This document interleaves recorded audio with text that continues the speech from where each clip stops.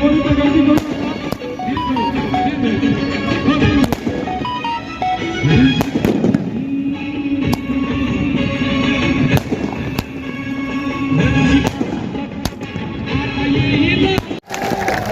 आप तमाम की बाला साहब से मोहब्बत ये सारी दुनिया जानती है। इसी वजह से बाला साहब के नाम से जो है तो नफरतों फैलाने वाली ताकतें थर कांपती है, क्योंकि मालूम है आपके जैसा कार्यकर्ता, आपके जैसे लोग बाला साहब के साथ खड़े हुए हैं। मैं आपके अपने शहर का हूं, मैं ज्यादा तकरीर नहीं करने वाला, क्योंकि हमको मेहमानों को सुनना है, हमको हमारे आदरणीय बाला साहब को सुनना है। हम तमाम लोग बाला साहब को सुनने के लिए आए हैं। लेकिन चंद गुजारिशात जरूर करूंगा कि आने वाली 13 तारीख को जब हम वोट देने जाए तो ये याद रखे कि हमारे हर मुद्दे के अंदर, हमारी हर तकलीफ के अंदर, हमारी हर कुड़न के अंदर हमारे कंधे से कंधा लगाकर खड़े रहने वाली शख्सियत का नाम आदरणीय बाला साहब अम्बेडकर था। ये बातें याद रखनी होगी। और इस शहर औरंगाबाद में जिस शख्स को आदरणीय बाला साहब ने नुमाइंदगी दी, अफसर खान, ये वो शख्सियत है जो इस शहर के हर मसाइल के अंदर लोगों के साथ खड़ा रहा। ये हमदर्द है इस शहर का, इस आदमी के लिए, इस शख्सियत के लिए। अगर शहर औरंगाबाद कोई खिताब अपनाना चाहता हो तो वह हमदर्द मिल्लत का हो सकता है। हमदर्द मिल्लत आली जनाब अफसर खान साहब आने वाली 13 तारीख को इनका बटन नंबर 4 को दबाना है। क्या सिलेंडर आपकी निशानी है, इस निशानी पर वोट देना है और आदरणीय बाला साहब के साथ लोकसभा में अफसर खान को भेजना है। आज की ये सभा इसी के लिए आयोजित की गई है। मैं आप तमाम का आने के लिए शुक्रिया अदा करता हूं। मैं अपने शहर का हूं, फिर कभी गुफ्तगू करूंगा, लेकिन अभी आदरणीय बाला साहब को सुनना है, इसलिए मैं ज्यादा हाइल नहीं होगा। लेकिन आज के ऑर्गेनाइजर अली जनाब अफसर खान साहब के लिए 2 मिसरे पढ़ता हूं, अपनी जगह लेता हूं कि अगर मोहब्बत का इम्कान होता तो घर में मीर का दीवान होता, अगर ना आते तुम्हारी महफिल में सोच के बहुत नुकसान होता। वो आखिर दावाना अल्हम्दुलिल्लाह रब्बिल आलमीन। अमित भाऊ भुजबळ हे आपल्याला मार्गदर्शन करतील।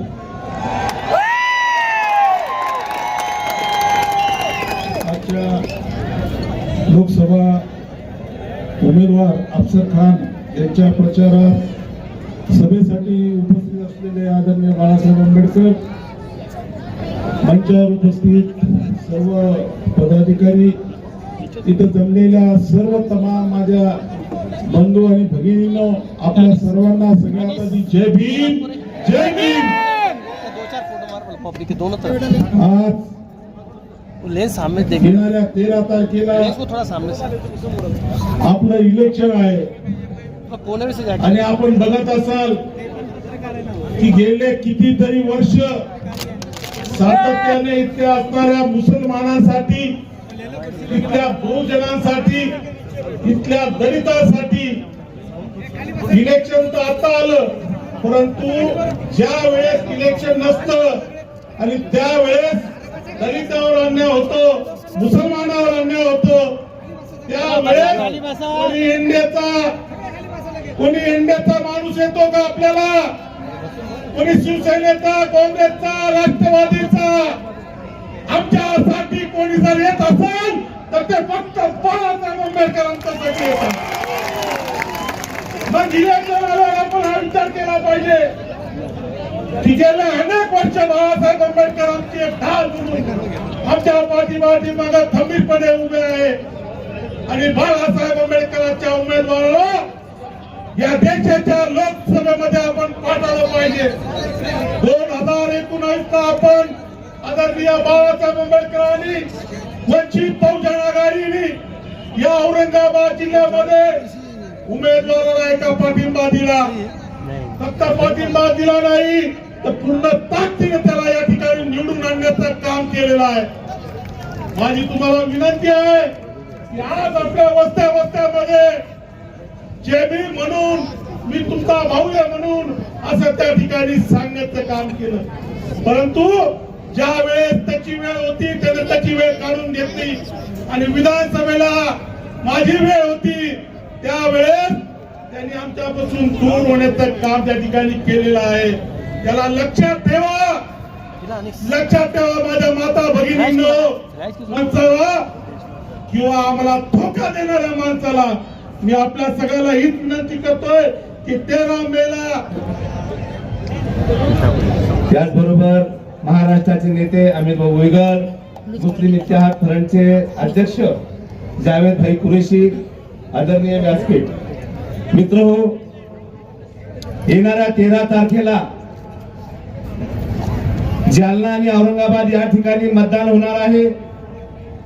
या ठिकाणी उपस्थित असलेल्या सर्व मतदार बंधू आणि भगिनींना आमची एकच कळकळीची विनंती आहे.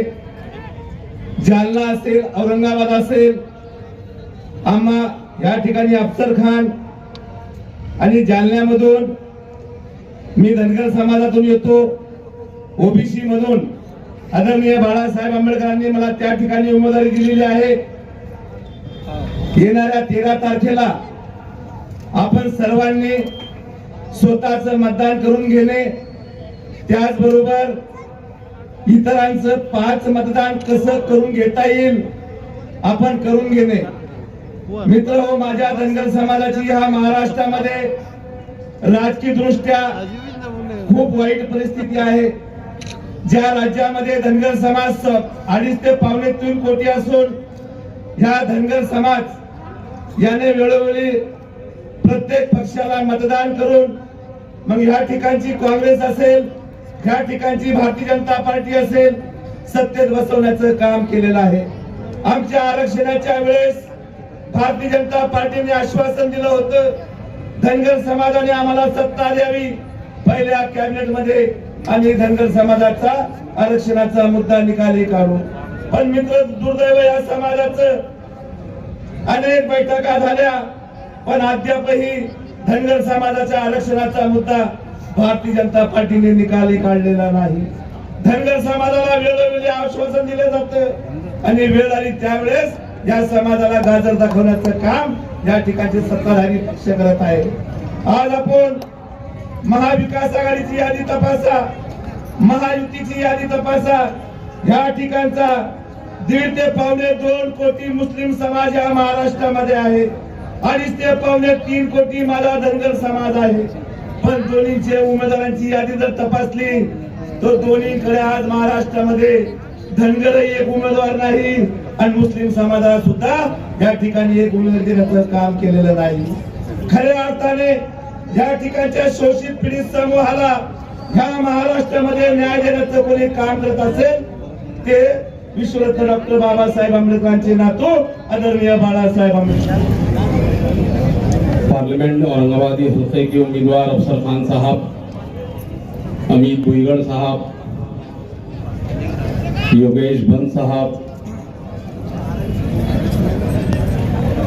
स्टेज पे तमाम बैठे अजीज तरीन साथियों, हमारे कारपोरेटर सैयद मतीन साहब, मतीन पटेल साहब, अजीज तरीन साथियों, पूरे मुल्क में इलेक्शन की भाग दौड़ लगी हुई है. महाराष्ट्र के इलेक्शन भी यहाँ पर अब चौथे टप्पे के करीब जा रहा है और हम देख रहे हैं कि सिर्फ जो है जो ऊपर की जमातें हैं, ऊपर की जो कास्टें हैं, वही जो है इसमें उम्मीदवार है. अगर आप पूरे महाराष्ट्र का जायजा लेंगे तो कांग्रेस पार्टी में कौन सी कास्ट के उम्मीदवार है, एनसीपी में कौन सी कास्ट के उम्मीदवार है और शिवसेना में कौन सी कास्ट के उम्मीदवार है, यह आपको भले भांति जो है मालूम पड़ जाएगा. लेकिन आप अगर बारीकी से इसको जायजा लेंगे तो आपको वंचित बहुजन आघाड़ी की जो सोशल इंजीनियरिंग है, जो दबे कुचले तबकों को जो है ऊपर उठाने की कोशिश है, ऐसे उम्मीदवार आपको नजर आएंगे. माइनॉरिटी के सबसे ज्यादा उम्मीदवार यानी मुसलमान सबसे ज्यादा उम्मीदवार आपको नजर आएंगे. वो जो दम खम भरते हैं कि मुसलमान वोट हमारे हैं, वो दमखम उनका पानी पानी इसलिए हो जाता है कि जब इलेक्शन वोट देने के लिए बराबर उनके पास मुसलमान हाजिर होते हैं। यही तरीका वो हमारे अंबेडकरी समाज के साथ भी इस्तेमाल करना चाहते हैं। अभी आप देख रहे हैं, मैं जायजा ले रहा हूं औरंगाबाद का, वो फिरका परस्त उम्मीदवार उसकी हिम्मत करती हुई कि हमारी बस्तियों के चक्कर मारे। हम कैसा उनको हमारे पास जगह दे रहे हैं। 19 का इलेक्शन भी मुझे अच्छी तरीके से याद है। कांग्रेस का वो सुभाष छावड़ हमारे एरियो के अंदर आने को कांप रहा था, डर रहा था कि यहाँ कहीं मेरी इस्तकबाल ना हो जाए, ताशपूशी ना हो जाए। लेकिन आज सूरत हाल बदल गई है। तो वो क्यों बदल गई है, इस बात को सोचने की जरूरत है और उस चेहरे को सामने रखने की जरूरत है जिस चेहरे का नाम बाबा साहब अम्बेडकर। मैं बात ताली बजाने की भी नहीं कर रहा हूं आपको। बाबा साहब का नाम आते ही ताली तो हो जा रही है, लेकिन अगर वोट नहीं हुआ तो समझो कि आप इनको शर्मिंदा करेंगे, आप इनको शर्मिंदा करेंगे। इस बात का भी, ये बात भी अच्छी तरीके से ज़हन नशीन कर लीजिए। मैं मुसलमानों से गुजारिश कर रहा हूं कि आए दिन मॉब लिंचिंग का शिकार तुम हो रहे हो। आए दिन क्या खाते हो ये तुम्हारे को तस्दीक करना पड़ता हो। आए दिन तुम हमारे महापुरुषों का स्टेटस अपने मोबाइल पे रखते हो तो तुम्हारे ऊपर गुनाह दाखिल हो जाता है। आए दिन तुम्हारी मसाजिदें तार हो रही है। आए दिन तुम्हारी खानखाओं पे नजर है। आए दिन तुम्हारे नौजवान बच्चों को बेकसूर जेलों में ठोसा जा रहा है। ये सब बातें खत्म जब होगी, जब दलित मुस्लिम इत्तेहाद या अम्बेडकरी समाज उम्मीदवार, मुसलमान उम्मीदवार एक जगह आएगा और अपनी नुमाइंदगी देगा। इस औरंगाबाद शहर ने वो कारनामा करके बताया। अजीज सही साथियों, क्या 19 में हमने उस इम्तियाज जलील को वोट नहीं दिया था या मजलिस इत्तेहादुल मुस्लिमीन को ईमानदारी से वोट नहीं दिया था? मुझे वो ब्रिज वाली का वाकया आज भी अच्छी तरीके से याद है। इलेक्शन के दिन जब मैं वहां पर राउंड मार रहा था तो एक साहब कहते हैं, आप आपके एरिया में जाइए जावेद कुरैशी, कहीं आपके लेट तो वोट तो नहीं पलट रहे हैं। हमारे वोट तो ईमानदारी से एक जगह बढ़ रहे हैं। मुझे सलाम है आप लोगों के ऊपर जो उस्मानपुरे के जलसे में 19 में बादशाह साहब ने पतंग यूं लहराया था और अपनी कौम से कहा था, ऐ मेरी कौम के लोगों, ये पतंग का निशान, ये मेरा निशान है, इस पे आपको वोट मारना है। और आपने उस बात पे जो लब्बैक कहा था वो भी मेरी नजरों के सामने है। आज बाला साहब ने आपके सामने फिर एक नुक्ता, एक उम्मीदवार, फिर मुस्लिम उम्मीदवार आपके सामने खड़ा कर दिया और गैस सिलेंडर आपके सामने है और आपसे मुखातिब होके कहेंगे कि मेरी कौम के लोगों, क्या मेरी बात का पासों याद रखोगे? क्या मेरी बात का मान रखोगे? क्या अफसर खान को क्या सिलेंडर पे वोट करोगे? क्या वंशित बहुजन अघाड़ी को वोट करोगे? ये मुतालिबा फिर हमारे सामने है। अजीज साथियों, मैं खास तौर से मुसलमान जितने भी यहाँ मौजूद हैं उनसे मुतालिबा कर रहा हूँ कि हालात तब्दील नहीं हुए। अजीज साथियों, ये सियासी बसीरत बाला साहब की याद रखो आप। एक बार फिर औरंगाबाद के मुसलमानों को बाला साहब ने चांस दिया है कि मेरी कौम तुम्हारे साथ है, तुम तुम्हारी कौम के साथ हो गया। एक बार फिर चांस दिया है, वही हालात है और मैं समझता हूं कि उससे बेहतर हालात है। क्या 19 के अंदर कोई सोच सकता था कि हमारा भीख मंगा चुन के आ जाएगा?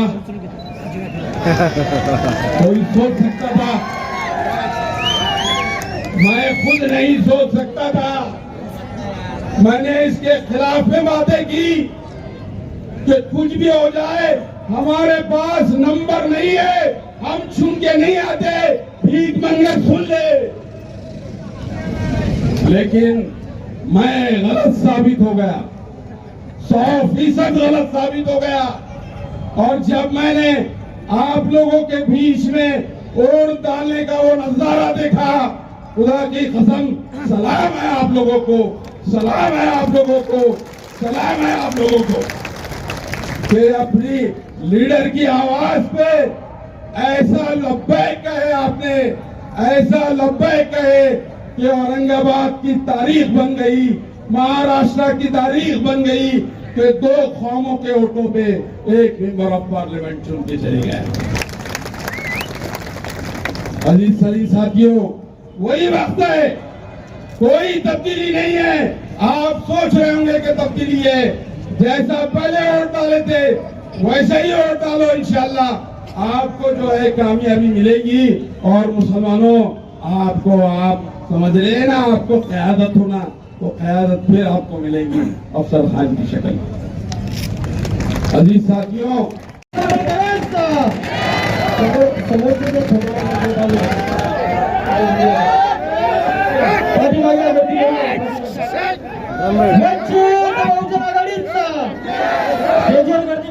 कार्यकर्त्यांना विनंती आहे, आपण गर्दी करू नका। वंचित बहुजन आघाडीचा, सदैव बाळासाहेब आंबेडकरांचा, सदैव बाळासाहेब आंबेडकरांचा। थँक्यू।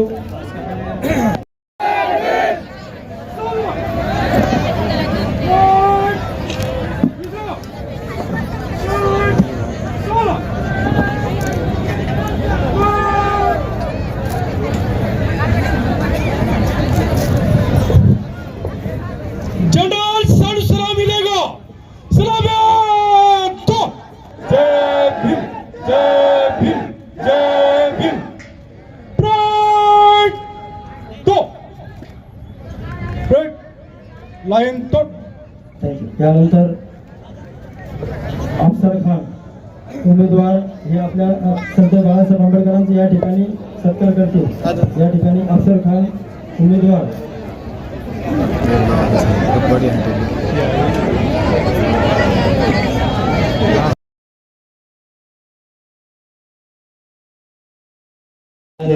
बिस्मिल्लाहिर्रहमानिर्रहीम।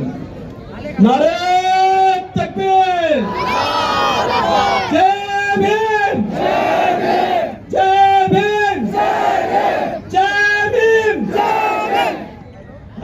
स्टेज पे तशरीफ फरमा आली जनाब बाला साहब अम्बेडकर साहब, हमारे कायद। मैं आपको एक बात बता दूं, मैं बाला साहब अम्बेडकर साहब की एक बात से प्रभावित हुए। जब नबी करीम सल्लल्लाहु अलैहि वसल्लम की शान में गुस्ताखी हुई थी, तो बाला साहब ने एक बिल प्रस्ताव मंजूर लाए थे कि जो भी नबी करीम सल्लल्लाहु अलैहि वसल्लम की शान में गुस्ताखी करेगा उसको 3 साल की सजा होना चाहिए। मैं इस बात से मुतासिर हूँ, इसलिए मैं आज वंचित बहुजन आघाड़ी में प्रवेश कर रहा हूँ। और एक आखिरी बात, एक 2 मिनट की बात, मेरी बात सुन लीजिए भाई, आप भी क्यों सुना रहा हूँ। जब मैं MIM के अंदर था, मैंने पिछले खासदार के इलेक्शन में बुटीलन में एक सभा करा था। बुटीलन में पिछले खासदार के खिलाफ 2 अल्फाज बोला था। उन्होंने इमीडिएट उस वक्त CM फडणवीस साहब को फोन करके सुबह मुझे अरेस्ट करा दिया, 14 महीने मुझे जेल में रखा और आमदार के इलेक्शन तक मुझे बाहर नहीं आने दिया। और मैं चैलेंज करता हूँ इस सभा से, आप मुझे अंदर डाल के बताओ, क्योंकि संविधान यहाँ बैठा है। आज मुझे अंदर डाल के बताओ,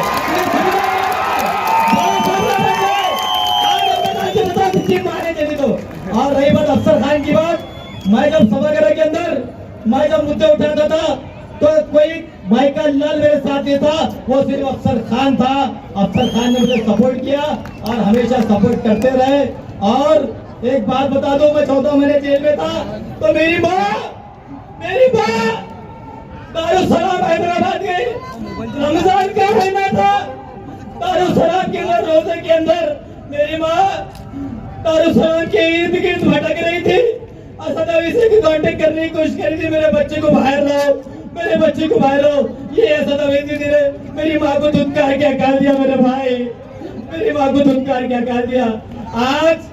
आज मैं आपसे तो बहुत अदबन गुजारिश करता हूँ, मेरी आप बीती सुना रहा हूँ मेरे भाई, 4 नंबर बटन दबाकर मेरे भाई को कामयाब कीजिए, बाला साहब को कामयाब कीजिए। मैं अदबन गुजारिश करता हूँ मेरे भाई।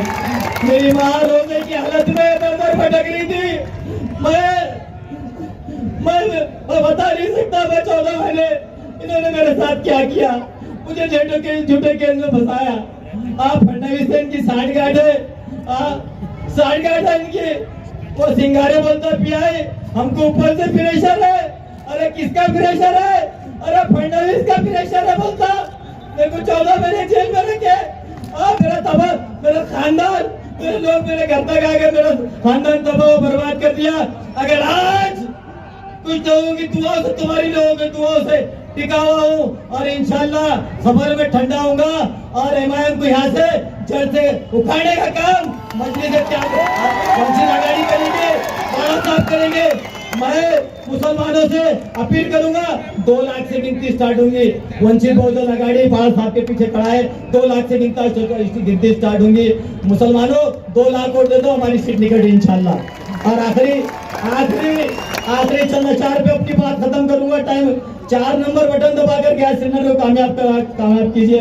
हाथ जोड़कर विनती करता हूँ मेरे भाई, आज अल्लाह के वास्ते, अल्लाह रसूल का वास्ता तुम्हारे को मेरे भाई। मैं बहुत दर भटका, मुझे बहुत परेशान किया ये लोगों ने, आप बेहतर जानते। आखिरी चंद 4 पे अपनी बात खत्म करूंगा।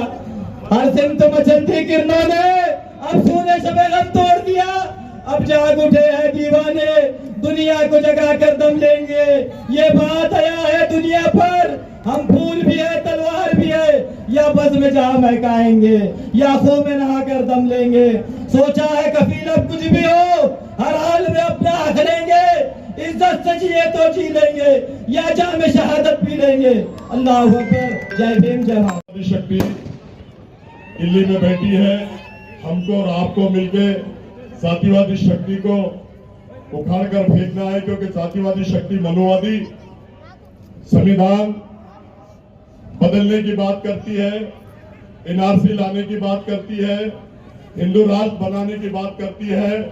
तो जब तक के ये महाराष्ट्र में हमारे नेता आदरणीय प्रकाश अंबेडकर साहब है, इस देश में है, ये जातिवाद शक्ति पे आप में भी दम नहीं है कि जो संविधान को खत्म करे, एनआरसी लाए और हिंदू राष्ट्र बनाए।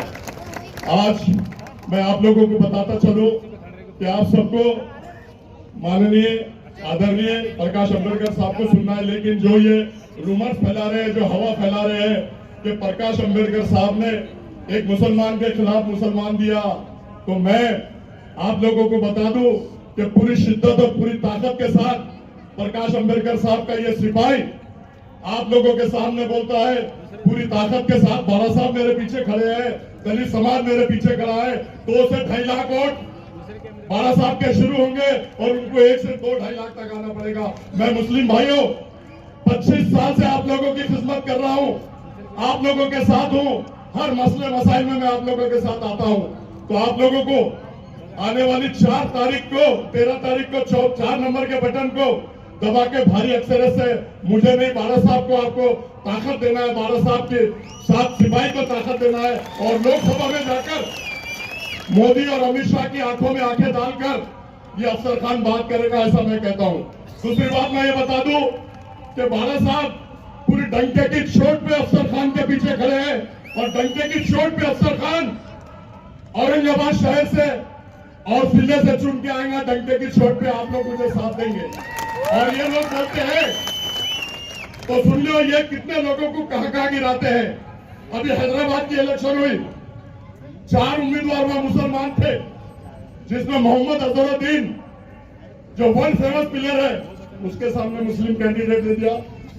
शब्बीर अली डिप्टी सीएम, उनके खिलाफ मुस्लिम उम्मीदवार दे दिया, और 2 भाइयों के खिलाफ मुस्लिम उम्मीदवार दे दिया। चारों को गिराने का काम किसने किया? इन लोग ने किया।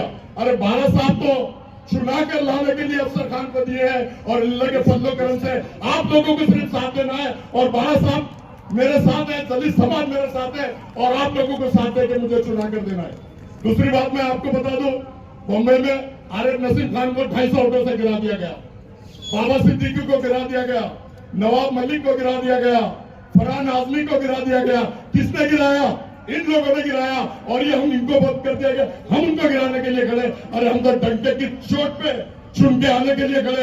अगर तेरे को गिराना होता तो तू 4400 वोटों से आया, 2019 में मैं खड़े रह के तेरे को गिरा देता। लेकिन बाला साहब ने आज मुझ पर विश्वास किया, और बाला साहब ने ऐलान किया नेशनल चैनल पे कि औरंगजेब नहीं जीतेगा। ये बाला साहब की आवाज है।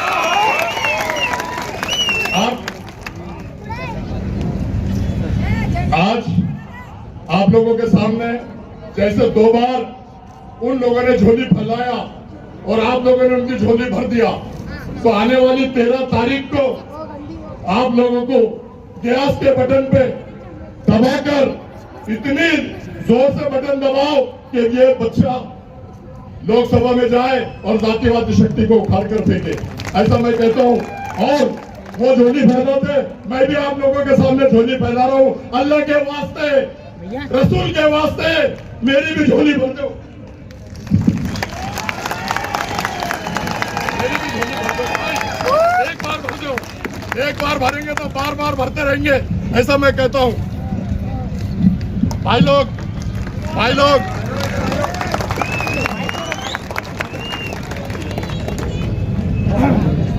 अल्लाह हाफिज, खुदा हाफिज। एक शेर के साथ अपनी जगह लेता हूँ। प्रकाश अंबेडकर साहब को आपको सुनना है। हयात लेके चलो, कायनात लेके चलो, हयात लेके चलो, कायनात लेके चलो। चलो तो जय भीम मुस्लिम, पूरा महाराष्ट्र और पूरा देश प्रकाश अंबेडकर साहब को साथ लेके चलो, साथ लेके चलो। अल्लाह हाफिज, खुदा हाफिज, जय भीम।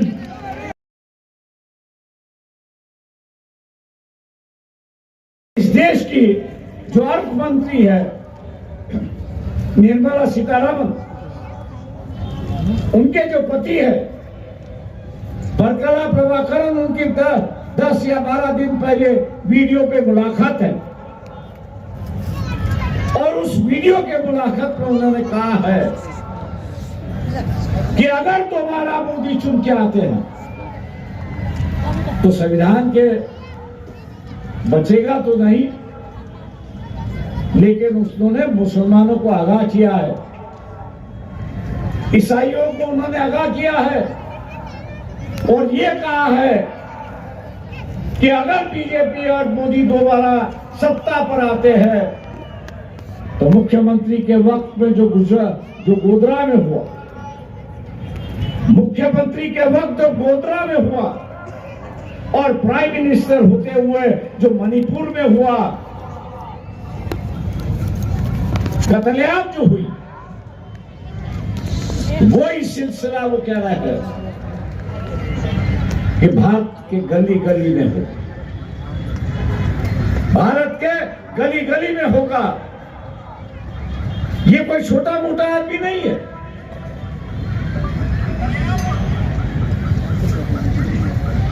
जिसके बीवी के हाथ में इस देश की पूरी तिजोरी है, और उसके सही के बिना, सिग्नेचर के बिना या कुछ हिलता नहीं है, ऐसे व्यक्ति आपको आगाह करना है।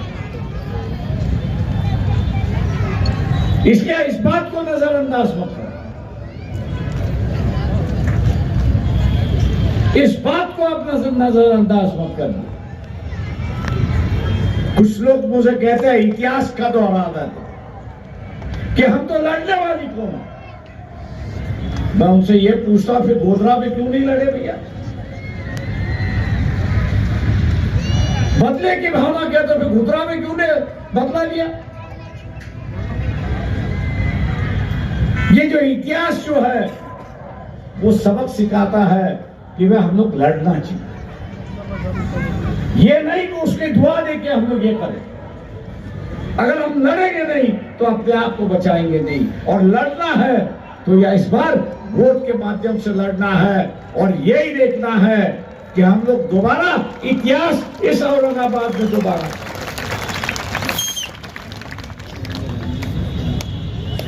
जैसे मैं पहले वक्ताओं ने यहां पर कहा कि जो वंचित बहुजन अघाड़ी के साथ पे जो मतदार है, वंचित बहुजन अघाड़ी के साथ पे जो मतदार है, वो मतदार आज भी अफसर के साथ में, आज भी अफसर के साथ में। और मैं मुसलमानों से पूछता हूं, आप हारने वाले के साथ जुड़ोगे या जीतने वालों के साथ जुड़ोगे?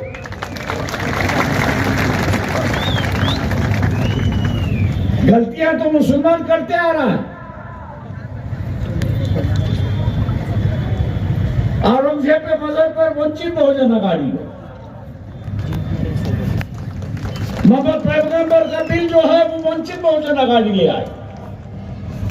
हिजाब के खिलाफ यही सम्मेलन होने वाला था और उस लड़की का सत्कार होने वाला था। कौन कह रहा था? या वंचित बहुजन अघाड़ी। और मैं नहीं समझता कि आपके रुझान जो है वो कांग्रेस की तरफ है कि जिसने आपके समाज को एक उम्मीदवारी नहीं, महाराष्ट्र में एक भी उम्मीदवारी नहीं, राजस्थान में एक उम्मीदवारी नहीं, मध्य प्रदेश में एक उम्मीदवारी नहीं, और मुसलमान आज ये कह रहा है कि हम कांग्रेस के साथ जुड़े। जो गलती आप लोग ने पिछली बार की, मुस्लिम समाज ने तो पिछले बार जो गलती की और उसकी वजह से बीजेपी आई है, आज उसकी वजह से बीजेपी आई है। इस बार भी अगर मुस्लिम समाज गलती करेगा, इस बार भी अगर मुस्लिम समाज गलती करेगा तो बीजेपी आने का दोष जो है वो मुसलमानों पर यहां पर होगा। मुसलमान क्या चाहता है कि बीजेपी की सरकार ना आए, नरेंद्र मोदी